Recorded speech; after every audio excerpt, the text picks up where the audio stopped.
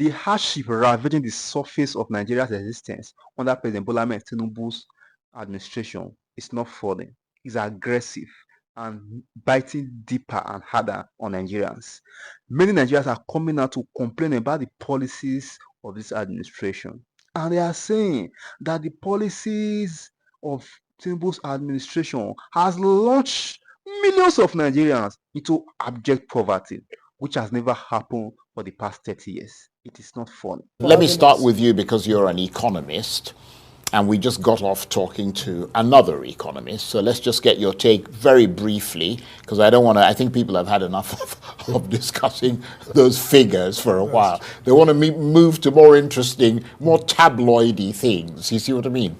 But let's look at the economy. Stark warnings as yet unheeded that Nigeria is getting to the point that it simply can't sustain, for instance, the money that government officials spend on themselves. What is your assessment of the state of the economy under the Tinubu government, briefly, as an economist? Okay, thank you, Charles.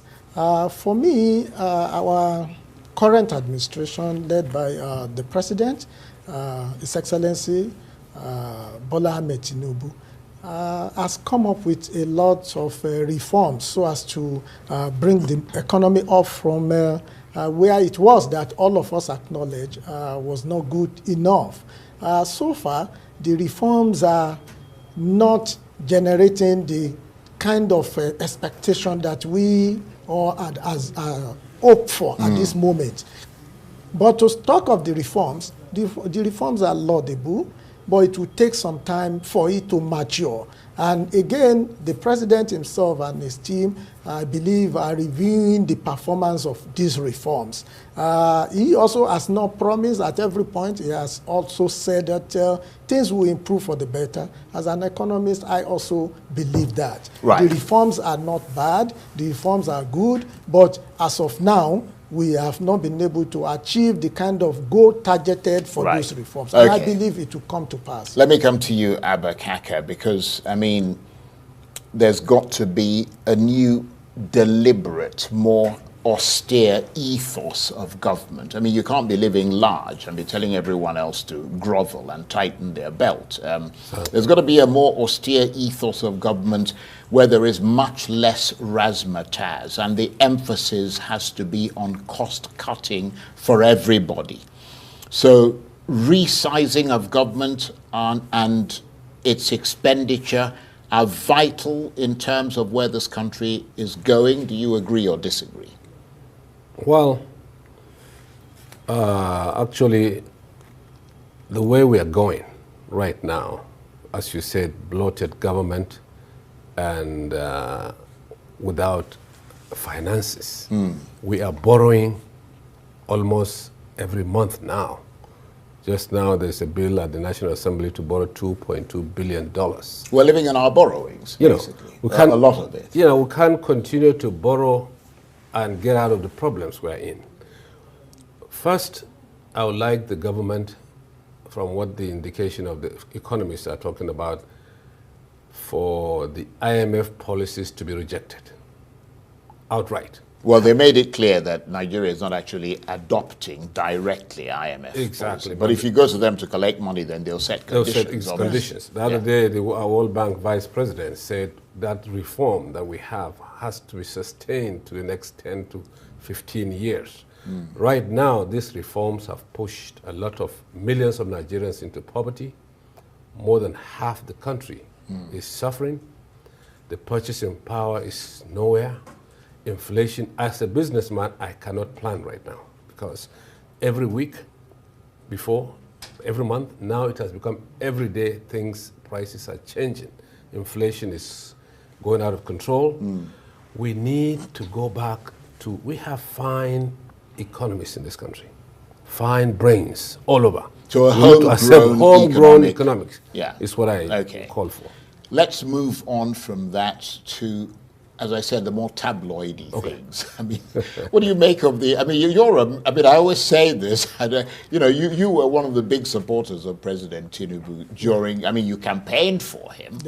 I think you were a member of his campaign council. Yes, I was Deputy Director, Community Relations for the presidential election, covering a whole of Oyo State. And interestingly, instead of giving you an appointment, he's given it to Daniel Bwala.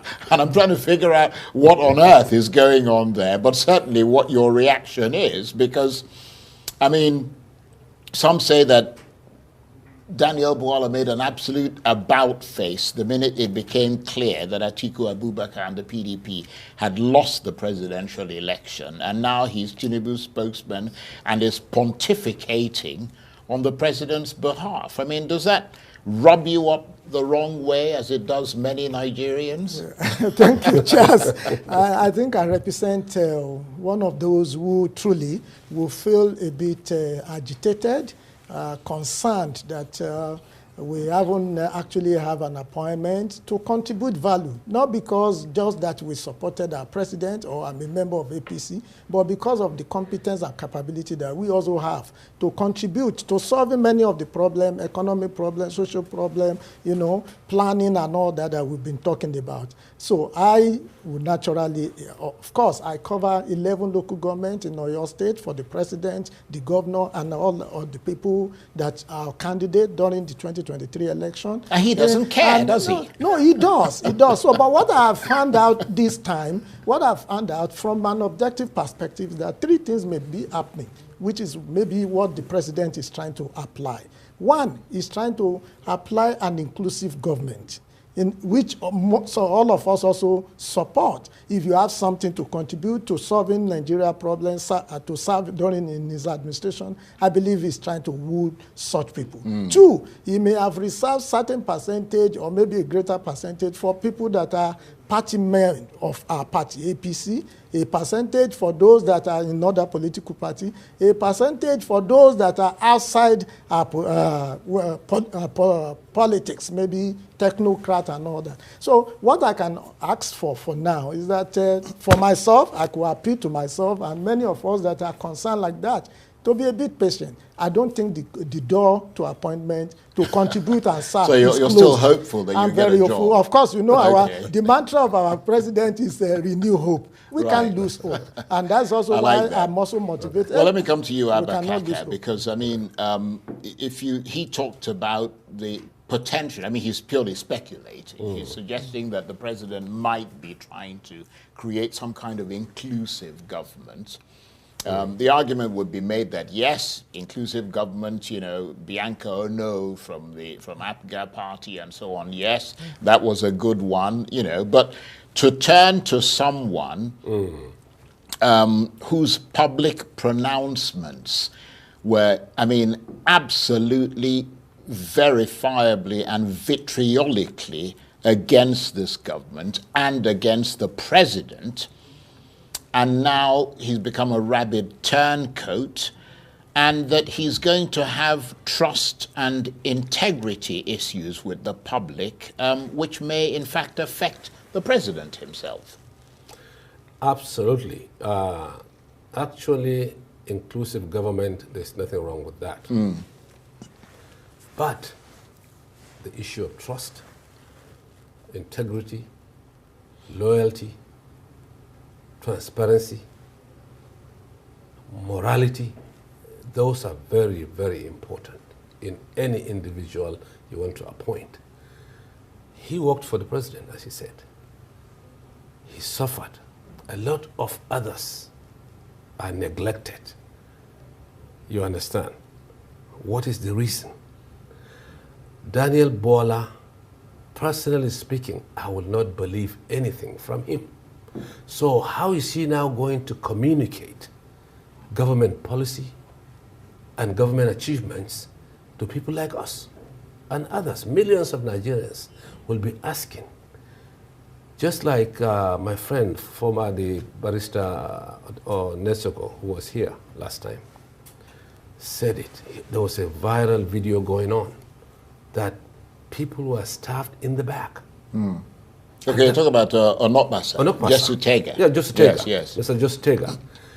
And he went and worked for the president, just like he did, and so many other people did. Why somebody's character is under question, like Bola, will be brought in to speak. If you want to give him an appointment, fine and good, but not as the spokesperson for this president. He has called this president names. He has called this government whatever he will call them. How in the world will you trust some? I cannot trust him, personally speaking. That's my own personal take. But the president has the right to appoint whoever he wants. Yeah, absolutely. But that's, that said, this is issue of loyalty.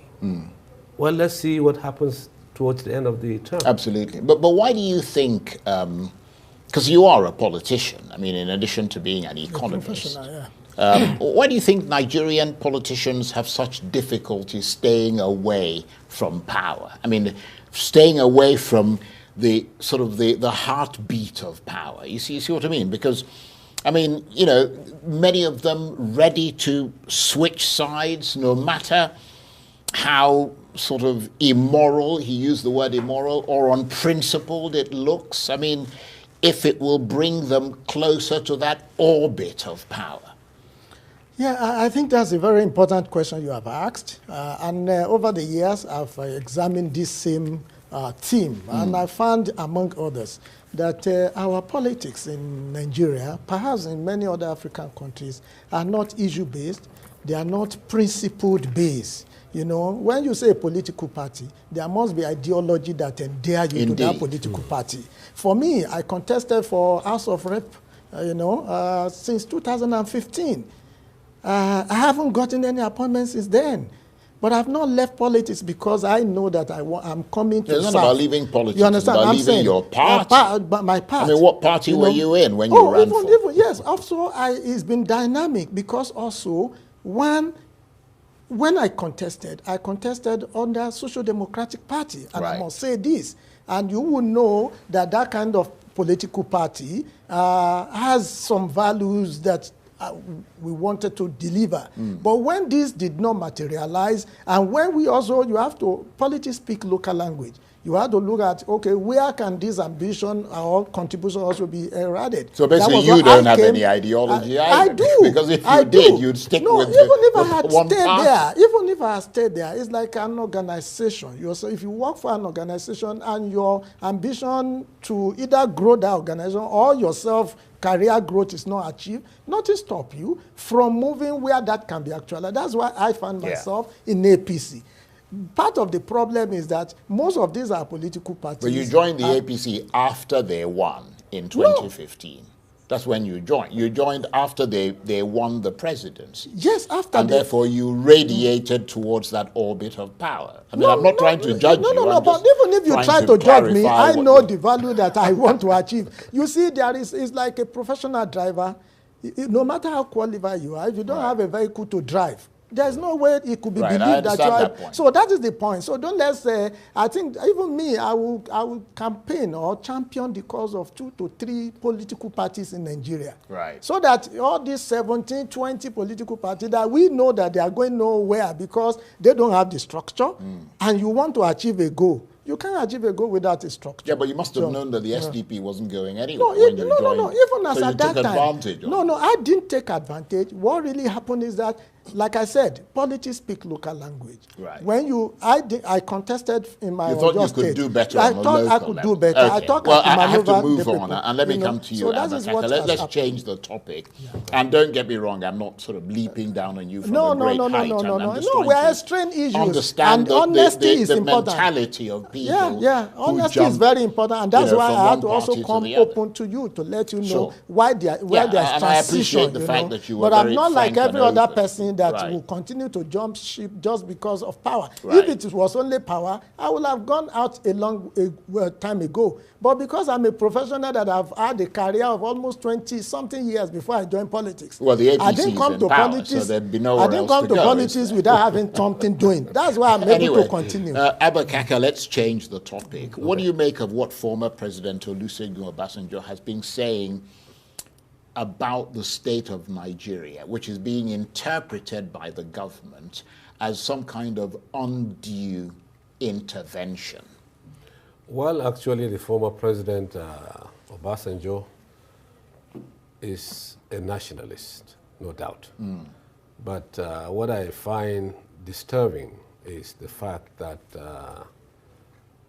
he trashes every administration since he left office. Well, possibly because none of them are meeting the standards that very high standards that he tried to set. Well, what are the standards? You understand?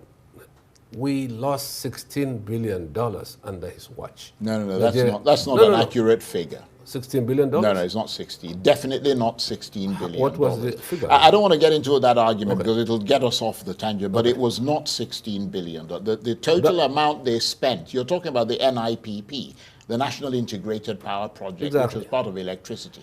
They didn't spend up to even $5 billion on it. Former President Buhari questioned $16 billion. No, the current that's totally the current government. That's political. Okay. The current government also, if you have listened to Sunday Diary the other day, was also questioning we are in darkness after $16 billion. But that's a political thing. Okay, if you go and assess, even if and I don't want to, sorry to interrupt you, I don't want to, because we're losing time. I don't want to get into it, but just very briefly. The National Integrated Power Project was recognized internationally as the biggest ongoing power project in the world. Absolutely. You could see it. Every 3 months, you could see the infrastructure growing. Absolutely. What happened was that they started it in 2005. And in electricity, it's not like a road. You don't build half a road. You don't build half a road and they use one half. If you don't have transmission, distribution, generation all in place, you can't do anything. Absolutely. So they started it in late 2005. And it takes about 3 or 4 years to get everything in. He left office in 2007. Yar'Adua came in and stopped the job. Because there were of these allegations of corruption. And they carried out investigations for several years, whilst the turbines that General Electric had built were sitting at One Port in Port Harcourt, rotting. And after 3 years of sitting there, they rotted. Of course. So there was nothing anybody, I mean, they had to, it was Jonathan who came back and revived the process again. He did. But before he could complete it, Buhari came in. And then completely switched gears. So it's a very complicated thing. But let's continue with Obasanjo. Do you think he's right to criticize the current government over, for instance, the failings of the Electoral Commission, INEC, when under his government, elections were not decided by voters, but by politicians sitting in a room somewhere? And he benefited from it and failed to reform INEC at the time. Do you detect a hint of hypocrisy there, or do you agree with him that INEC has got to the point where people have to speak out and it has to be reformed, whether he did it or not? Okay, yes. For His Excellency, our former President Obasanjo, he's someone everyone knows. He doesn't hide his feeling about what is going on.